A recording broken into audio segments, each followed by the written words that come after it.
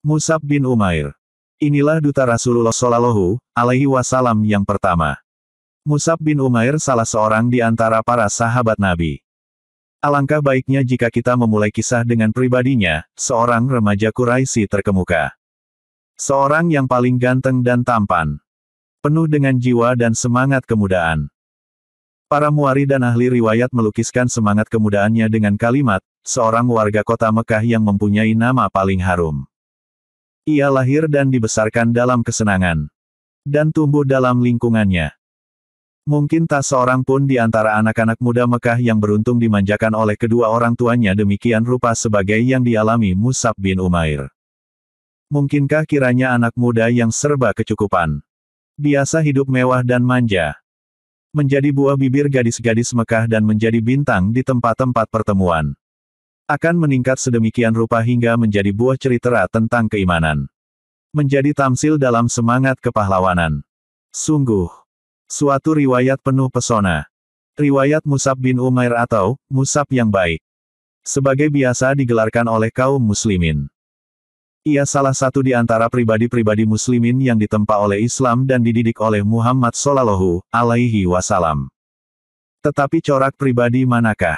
Sungguh, kisah hidupnya menjadi kebanggaan bagi kemanusiaan umumnya. Suatu hari anak muda ini mendengar berita yang telah tersebar luas di kalangan warga Mekah mengenai Muhammad Al-Amin. Muhammad Shallallahu Alaihi Wasallam yang mengatakan bahwa dirinya telah diutus Allah sebagai pembawa berita suka maupun duka.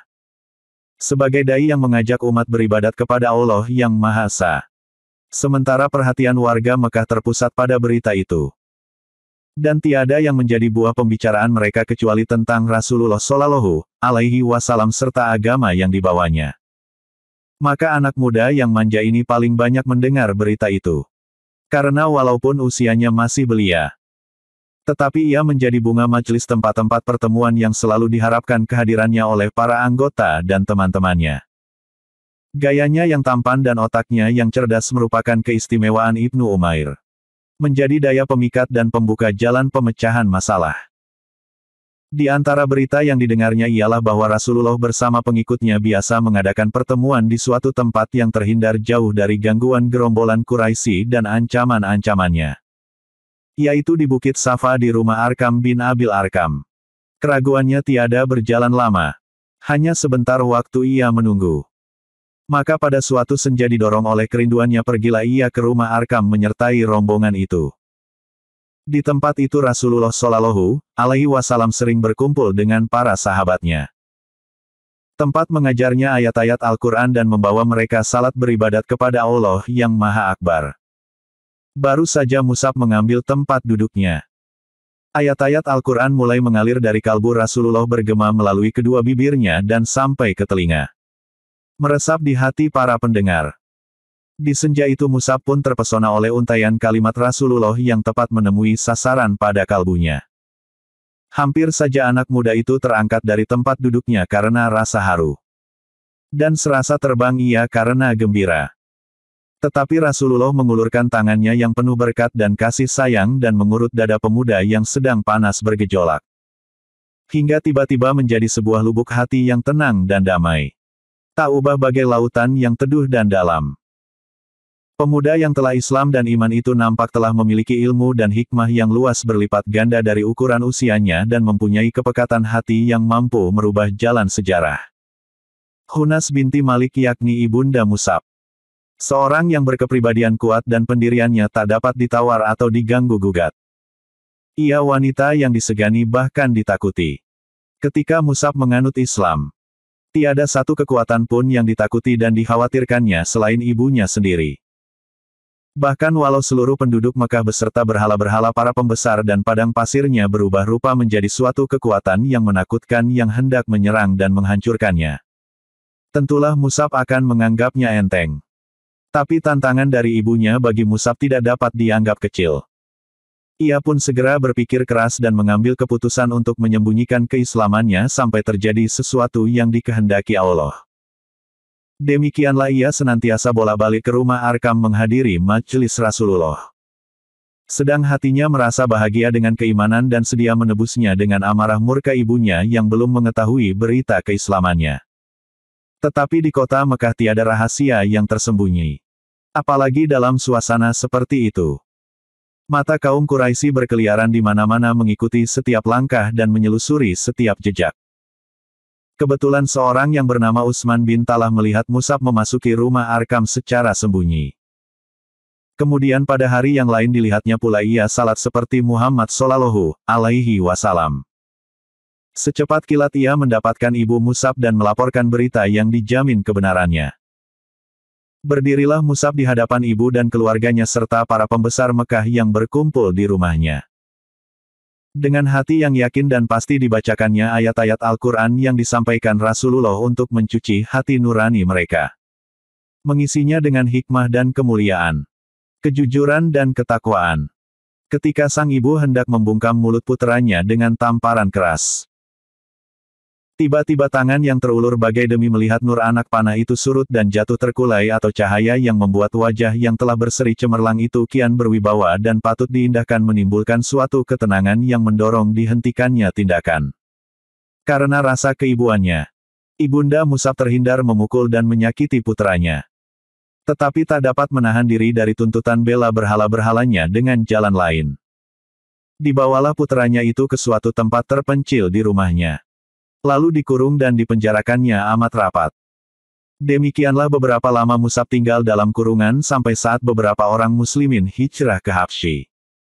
Mendengar berita hijrah ini Mus'ab pun mencari muslihat. Dan berhasil mengelabui ibu dan penjaga-penjaganya. Lalu pergi ke Habsyi melindungkan diri. Ia tinggal di sana bersama saudara-saudaranya kaum muhajirin. Lalu pulang ke Mekah. Kemudian ia pergi lagi hijrah kedua kalinya bersama para sahabat atas titah Rasulullah dan karena taat kepadanya. Baik di Habsyi ataupun di Mekah. Ujian dan penderitaan yang harus dilalui Mus'ab di tiap saat dan tempat kian meningkat.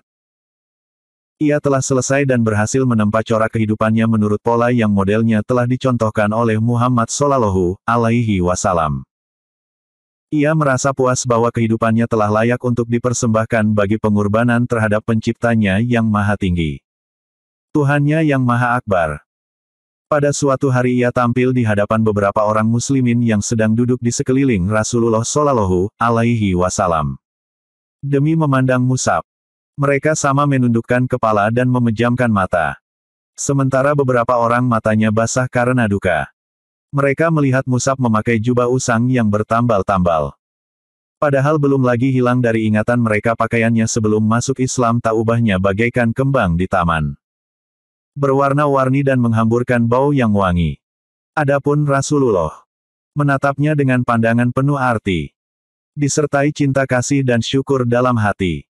Pada kedua bibirnya tersungging senyuman mulia. Seraya bersabda, "Dahulu saya lihat Mus'ab ini tak ada yang mengimbangi dalam memperoleh kesenangan dari orang tuanya. Kemudian ditinggalkannya semua itu demi cintanya kepada Allah dan Rasul-Nya. Semenjak ibunya merasa putus asa untuk mengembalikan Mus'ab kepada agama yang lama. Ia telah menghentikan segala pemberian yang biasa dilimpahkan kepadanya. Bahkan ia tak sudi nasinya dimakan orang yang telah mengingkari berhala dan patut beroleh kutukan daripadanya.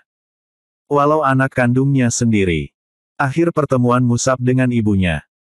Ketika perempuan itu hendak mencoba mengurungnya lagi sewaktu ia pulang dari Habsyi. Ia pun bersumpah dan menyatakan tekadnya untuk membunuh orang-orang suruhan ibunya bila rencana itu dilakukan. Karena sang ibu telah mengetahui kebulatan tekad puteranya yang telah mengambil satu keputusan. Tak ada jalan lain baginya kecuali melepasnya dengan cucuran air mata. Sementara Mus'ab mengucapkan selamat berpisah dengan menangis pula. Saat perpisahan itu menggambarkan kepada kita kegigihan luar biasa dalam kekafiran pihak ibu. Sebaliknya kebulatan tekad yang lebih besar dalam mempertahankan keimanan dari pihak anak. Ketika sang ibu mengusirnya dari rumah sambil berkata, "Pergilah sesuka hatimu. Aku bukan ibumu lagi." Maka Mus'ab pun menghampiri ibunya sambil berkata, "Wahai bunda. Telah anak Anda sampaikan nasihat kepada bunda. Dan anak Anda menaruh kasihan kepada bunda. Karena itu saksikanlah bahwa tiada Tuhan melainkan Allah. Dan Muhammad adalah hamba dan utusannya." Dengan murka dan naik darah ibunya menyahut, "Demi bintang.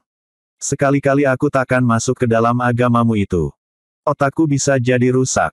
Dan buah pikiranku takkan diindahkan orang lagi. Demikian Musab meninggalkan kemewahan dan kesenangan yang dialaminya selama itu. Dan memilih hidup miskin dan sengsara. Pemuda ganteng dan perlente itu kini telah menjadi seorang melarat dengan pakaiannya yang kasar dan usang. Sehari makan dan beberapa hari menderita lapar. Tapi jiwanya yang telah dihiasi dengan akidah suci dan cemerlang berkat sepuhan nur ilahi, telah merubah dirinya menjadi seorang manusia lain. Yaitu manusia yang dihormati, penuh wibawa dan disegani. Suatu saat Musab dipilih Rasulullah untuk melakukan suatu tugas maha penting saat itu. Ia menjadi duta atau utusan Rasul ke Madinah untuk mengajarkan seluk-beluk agama kepada orang-orang Ansar yang telah beriman dan baiat kepada Rasulullah di Bukit Aqobah. Di samping itu mengajak orang-orang lain untuk menganut agama Allah. Serta mempersiapkan kota Madinah untuk menyambut hijratul Rasul sebagai peristiwa besar. Sebenarnya di kalangan sahabat ketika itu masih banyak yang lebih tua, lebih berpengaruh dan lebih dekat hubungan kekeluargaannya dengan Rasulullah daripada Musab. Tetapi Rasulullah menjatuhkan pilihannya kepada Musab yang baik. Dan bukan tidak menyadari sepenuhnya bahwa beliau telah memikulkan tugas amat penting ke atas pundak pemuda itu. Dan menyerahkan kepadanya tanggung jawab nasib agama Islam di kota Madinah. Suatu kota yang tak lama lagi akan menjadi kota tepatan atau kota hijrah. Pusat para dai dan dakwah. Tempat berhimpunnya penyebar agama dan pembela al-Islam. Musab memikul amanat itu dengan bekal karunia Allah kepadanya. Berupa pikiran yang cerdas dan budi yang luhur. Dengan sifat zuhud, kejujuran dan kesungguhan hati. Ia berhasil melunakkan dan menawan hati penduduk Madinah hingga mereka berduyun-duyun masuk Islam. Sesampainya di Madinah, didapatinya kaum muslimin di sana tidak lebih dari 12 orang. Yakni hanya orang-orang yang telah baiat di Bukit Aqobah. Tetapi tiada sampai beberapa bulan kemudian, meningkatlah orang yang sama-sama memenuhi panggilan Allah dan Rasul-Nya. Pada musim haji berikutnya dari perjanjian Aqobah, kaum muslimin Madinah mengirim perutusan yang mewakili mereka menemui Nabi. Dan perutusan itu dipimpin oleh guru mereka. Oleh duta yang dikirim Nabi kepada mereka. Yaitu Musab bin Umair. Dengan tindakannya yang tepat dan bijaksana, Musab bin Umair telah membuktikan bahwa pilihan Rasulullah Shallallahu Alaihi Wasallam atas dirinya itu tepat. Ia memahami tugas dengan sepenuhnya. Hingga tak terlanjur melampaui batas yang telah ditetapkan. Ia sadar bahwa tugasnya adalah menyeru kepada Allah. Menyampaikan berita gembira lahirnya suatu agama yang mengajak manusia mencapai hidayah Allah. Membimbing mereka ke jalan yang lurus. Akhlaknya mengikuti pola hidup Rasulullah yang diimaninya. Yang mengemban kewajiban hanya menyampaikan belaka. Di Madinah Musab tinggal sebagai tamu di rumah Asad bin Sararah. Dengan didampingi Asad, ia pergi mengunjungi kabilah-kabilah, rumah-rumah dan tempat-tempat pertemuan, untuk membacakan ayat-ayat kitab suci dari Allah. Menyampaikan kalimat-kalimat Allah, bahwa Allah Tuhan Maha Esa, secara hati-hati. Pernah ia menghadapi beberapa peristiwa yang mengancam keselamatan diri serta sahabatnya. Yang nyaris celaka kalau tidak karena kecerdasan akal dan kebesaran jiwanya.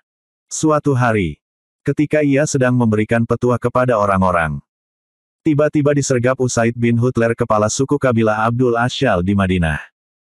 Usaid menodong Musab dengan menyentakkan lembingnya. Bukan main marah dan murkanya Usaid. Menyaksikan Musab yang dianggap akan mengacau dan menyelewengkan anak buahnya dari agama mereka. Serta mengemukakan Tuhan yang Maha Esa yang belum pernah mereka kenal dan dengar sebelum itu. Padahal menurut anggapan Usaid, Tuhan-Tuhan mereka yang bersimpuh lena di tempatnya masing-masing mudah dihubungi secara konkret. Jika seseorang memerlukan salah satu di antaranya, tentulah ia akan mengetahui tempatnya dan segera pergi mengunjunginya untuk memaparkan kesulitan serta menyampaikan permohonan. Demikianlah yang tergambar dan terbayang dalam pikiran suku Abdul Asyal. Tetapi Tuhannya Muhammad Shallallahu Alaihi Wasallam yang diserukan beribadah kepadanya oleh utusan yang datang kepada mereka itu tiadalah yang mengetahui tempatnya dan tak seorang pun yang dapat melihatnya. Demi dilihat kedatangan Usaid bin Hutler yang murka bagaikan api sedang berkobar kepada orang-orang Islam yang duduk bersama Musab. Mereka pun merasa kecut dan takut. Tetapi, Musab yang baik, tetap tinggal tenang dengan air muka yang tidak berubah. Bagaikan singa hendak menerkam. Usaid berdiri di depan Musab dan Asad bin Zararah. Bentaknya, apa maksud kalian datang ke kampung kami ini? Apakah hendak membodohi rakyat kecil kami? Tinggalkan segera tempat ini. Jika tak ingin segera nyawa kalian melayang. Seperti tenang dan mantapnya samudera dalam. Laksana terang dan damainya cahaya fajar. Terpancarlah ketulusan hati, Musab yang baik. Dan bergeraklah lidahnya mengeluarkan ucapan halus. Katanya, kenapa Anda tidak duduk dan mendengarkan dulu? Seandainya Anda menyukai nanti, Anda dapat menerimanya. Sebaliknya jika tidak, kami akan menghentikan apa yang tidak Anda sukai itu. Sebenarnya Usaid seorang berakal dan berpikiran sehat. Dan sekarang ini ia diajak oleh Musab untuk berbicara dan meminta pertimbangan kepada hati nuraninya sendiri. Yang dimintanya hanyalah agar ia bersedia mendengar dan bukan lainnya. Jika ia menyetujui, ia akan membiarkan Musab. Dan jika tidak, maka Musab berjanji akan meninggalkan kampung dan masyarakat mereka untuk mencari tempat dan masyarakat lain dengan tidak merugikan ataupun dirugikan orang lain. Sekarang saya insaf, ujar Usaid. Lalu menjatuhkan lembingnya ke tanah dan duduk mendengarkan. Demi Musab membacakan ayat-ayat Al-Quran dan menguraikan dakwah yang dibawa oleh Muhammad bin Abdullah Shallallahu Alaihi Wasallam. Maka dada Usaid pun mulai terbuka dan bercahaya. Beralun berirama mengikuti naik turunnya suara serta meresapi keindahannya. Dan belum lagi Musab selesai dari uraiannya. Usaid pun berseru kepadanya dan kepada sahabatnya, alangkah indah dan benarnya ucapan itu. Dan apakah yang harus dilakukan oleh orang yang hendak masuk agama ini? Maka sebagai jawabannya gemuruhlah suara tahlil. Serempak seakan hendak menggoncangkan bumi. Kemudian ujar Musab, hendaklah ia mensucikan diri, pakaian dan badannya, serta bersaksi bahwa tiada Tuhan yang hak diibadahi melainkan Allah. Beberapa lama Usaid meninggalkan mereka. Kemudian kembali sambil memeras air dari rambutnya. Lalu ia berdiri sambil menyatakan pengakuannya bahwa tiada Tuhan yang hak diibadahi melainkan Allah dan bahwa Muhammad itu utusan Allah. Secepatnya berita itu pun tersiarlah. Keislaman Usaid disusul oleh kehadiran Sa'ad bin Mu'az. Dan setelah mendengar uraian Musab, Sa'ad merasa puas dan masuk Islam pula. Langkah ini disusul pula oleh Sa'ad bin Ubadah. Dan dengan keislaman mereka ini, berarti selesailah persoalan dengan berbagai suku yang ada di Madinah. Warga kota Madinah saling berdatangan dan tanya-bertanya sesama mereka, jika Usaid bin Hutler, Sa'ad bin Ubadah dan Sa'ad bin Mu'az telah masuk Islam. Apalagi yang kita tunggu? Ayolah kita pergi kepada Musab dan beriman bersamanya. Kata orang. Kebenaran itu terpancar dari celah-celah giginya. Demikianlah duta Rasulullah yang pertama telah mencapai hasil gemilang yang tiada taranya. Suatu keberhasilan yang memang wajar dan layak diperolehnya. Hari-hari dan tahun-tahun pun berlalu. Dan Rasulullah bersama para sahabatnya hijrah ke Madinah. Orang-orang Quraisy semakin geram dengan dendamnya. Mereka menyiapkan tenaga untuk melanjutkan tindakan kekerasan terhadap hamba-hamba Allah yang solih. Terjadilah perang Badar dan kaum Quraisy pun beroleh pelajaran pahit yang menghabiskan sisa-sisa pikiran sehat mereka. Hingga mereka berusaha untuk menebus kekalahan. Kemudian datanglah giliran perang Uhud. Dan kaum muslimin pun bersiap-siap mengatur barisan. Rasulullah berdiri di tengah barisan itu. Menatap setiap wajah orang beriman menyelidiki siapa yang sebaiknya membawa bendera. Maka terpanggillah Musab yang baik. Dan pahlawan itu tampil sebagai pembawa bendera. Peperangan berkobar lalu berkecamuk dengan sengitnya. Pasukan panah melanggar tidak mentaati peraturan Rasulullah. Mereka meninggalkan kedudukannya di celah bukit setelah melihat orang-orang musyrik menderita kekalahan dan mengundurkan diri. Perbuatan mereka itu secepatnya merubah suasana. Hingga kemenangan kaum muslimin beralih menjadi kekalahan. Dengan tidak diduga pasukan berkuda Quraisy menyerbu kaum muslimin dari puncak bukit. Lalu tombak dan pedang pun berdentang bagaikan mengamuk. Membantai kaum muslimin yang tengah kacau balau. Melihat barisan kaum muslimin porak-poranda, musuh pun menunjukkan serangan ke arah Rasulullah dengan maksud menghantamnya. Musab bin Umair menyadari suasana gawat ini. Maka diacungkannya bendera setinggi-tingginya dan bagaikan ngauman singa ia bertakbir sekeras-kerasnya. Lalu maju ke muka, melompat, mengelak dan berputar lalu menerkam.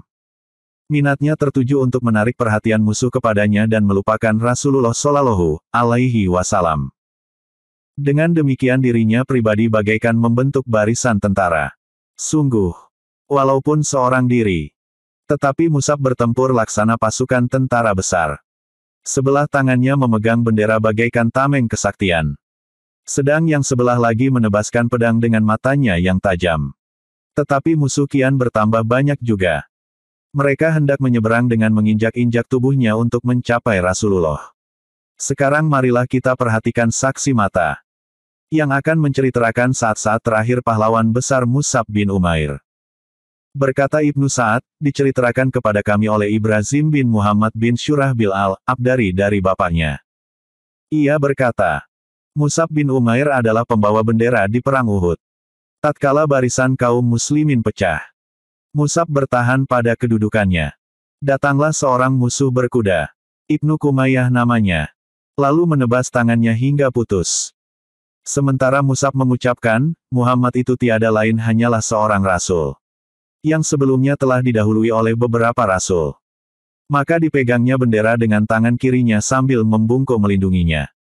Musuh pun menebas tangan kirinya itu hingga putus pula. Mus'ab membungkuk ke arah bendera.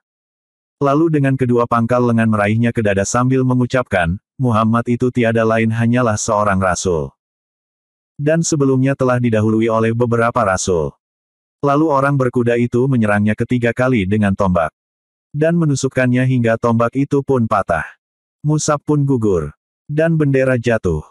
Gugurlah Mus'ab dan jatuhlah bendera. Ia gugur sebagai dan mahkota para syuhada. Dan hal itu dialaminya setelah dengan keberanian luar biasa mengarungi kancah pengorbanan dan keimanan. Di saat itu Mus'ab berpendapat bahwa ia gugur. Tentulah jalan para pembunuh akan terbuka lebar menuju Rasulullah tanpa ada pembela yang akan mempertahankannya. Demi cintanya yang tiada terbatas kepada Rasulullah dan cemas memikirkan nasibnya nanti. Ketika ia akan pergi berlalu. Setiap kali pedang jatuh menerbangkan sebelah tangannya. Dihiburnya dirinya dengan ucapan, Muhammad itu tiada lain hanyalah seorang rasul. Dan sebelumnya telah didahului oleh beberapa rasul. Kalimat yang kemudian dikukuhkan sebagai wahyu ini selalu diulang dan dibacanya sampai selesai. Hingga akhirnya ayat Al-Quran yang selalu dibaca orang. Setelah pertempuran usai, ditemukanlah jasad pahlawan ulung yang syahid itu terbaring dengan wajah menelungkup ke tanah digenangi darahnya yang mulia. Dan seolah-olah tubuh yang telah kaku itu masih takut menyaksikan bila Rasulullah ditimpa bencana. Maka disembunyikannya wajahnya agar tidak melihat peristiwa yang dikhawatirkan dan ditakutinya itu. Atau mungkin juga ia merasa malu karena telah gugur sebelum hatinya tenteram beroleh kepastian akan keselamatan Rasulullah. Dan sebelum ia selesai menunaikan tugasnya dalam membela dan mempertahankan Rasulullah sampai berhasil. Wahai Mus'ab, cukuplah bagimu Ar-Rahman. Namamu harum semerbak dalam kehidupan. Rasulullah bersama para sahabat datang meninjau medan pertempuran untuk menyampaikan perpisahan kepada para syuhada. Ketika sampai di tempat terbaringnya jasad Mus'ab, bercucuranlah dengan deras air matanya. Berkata Haba ibnul Urat, kami hijrah di jalan Allah bersama Rasulullah Shallallahu Alaihi Wasallam dengan mengharap keridaannya. Hingga pastilah sudah pahala di sisi Allah. Di antara kami ada yang telah berlalu sebelum menikmati pahalanya di dunia ini sedikit pun juga. Di antaranya ialah Mus'ab bin Umair yang tewas di perang Uhud. Tak sehelai pun kain untuk menutupinya selain sehelai burdah. Andainya ditaruh di atas kepalanya, terbukalah kedua belah kakinya. Sebaliknya bila ditutupkan ke kakinya, terbukalah kepalanya. Maka sabda Rasulullah Shallallahu Alaihi Wasallam, tutupkanlah kebagian kepalanya. Dan kakinya tutupilah dengan rumput iskir. Betapapun luka pedih dan duka yang dalam menimpa Rasulullah karena gugur pamanda Hamzah dan dirusak tubuhnya oleh orang-orang musyrik demikian rupa. Hingga bercucurlah air mata Nabi. Dan betapapun penuhnya medan laga dengan mayat para sahabat dan kawan-kawan. Yang masing-masing mereka baginya merupakan panji-panji ketulusan. kesucian dan cahaya. Betapa juga semua itu. Tapi Rasulullah tak melewatkan berhenti sejenak dekat jasad dutanya yang pertama. Untuk melepas dan mengeluarkan isi hatinya. Memang. Rasulullah berdiri di depan Mus'ab bin Umair dengan pandangan mata yang pendek bagai menyelubunginya dengan kesetiaan dan kasih sayang. Dibacakannya ayat. Di antara orang-orang mukmin terdapat pahlawan-pahlawan yang telah menepati janjinya dengan Allah. Al-Ahzab, 23. Kemudian dengan mengeluh memandangi burdah yang digunakan untuk kain tutupnya. Seraya bersabda, ketika di Mekah dulu, tak seorang pun aku lihat yang lebih halus pakaiannya dan lebih rapi rambutnya daripadamu. Tetapi sekarang ini, dengan rambutmu yang kusut masai, hanya dibalut sehelai burdah. Setelah melayangkan pandangan sayu ke arah medan serta para syuhada kawan-kawan Mus'ab yang tergeletak di atasnya. Rasulullah berseru, sungguh, Rasulullah akan menjadi saksi nanti di hari kiamat. Bahwa tuan-tuan semua adalah syuhada di sisi Allah. Kemudian sambil berpaling ke arah sahabat yang masih hidup. Sabdanya, hai manusia, berziarahlah dan berkunjunglah kepada mereka. Serta ucapkanlah salam. Demi Allah yang menguasai nyawaku. Tak seorang muslim pun sampai hari kiamat yang memberi salam kepada mereka. Pasti mereka akan membalasnya. Salam atasmu wahai Mus'ab. Salam atasmu sekalian. Wahai para syuhada. Assalamualaikum warahmatullahi wabarakatuh.